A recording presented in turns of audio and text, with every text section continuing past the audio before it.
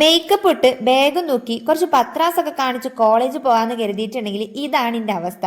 ഈ അവസ്ഥ കണ്ടിട്ട് എന്ത് പത്രാസ് കാണിക്കാനാ ഞാന്?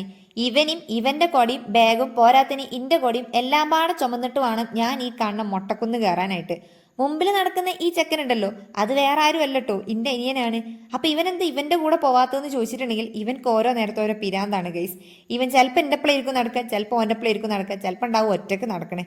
ഇതൊക്കെയാണ് എന്റെ രാവിലത്തെ കഷ്ടപ്പാട്. അങ്ങനെ പോകുന്ന സമയത്ത് ഈ ചെറു ചാറ്റൽ മഴയും കൊണ്ടിട്ട് നമ്മളെ തേയിലത്തോട്ടങ്ങളിലൊക്കെ തൊഴിലാളികൾ വന്ന് ഓരോ പണിയെടുക്കുന്നത് കാണാൻ പറ്റും. ഒരു കട്ടൻ ചായ കുടിക്കാതെ ഒരു ദിവസം തുടങ്ങുന്ന എത്ര മലയാളികളുണ്ട്. അപ്പൊ കണ്ടോളി നിങ്ങളെ കട്ടൻ ചായന്റെ പിന്നിലുള്ള കഷ്ടപ്പാടുകളൊക്കെ. ഇന്റെ കഷ്ടപ്പാട് കണ്ടിട്ട് പാവിന്റെ ചെക്കനതാ ഇറങ്ങി നടക്കാണ്.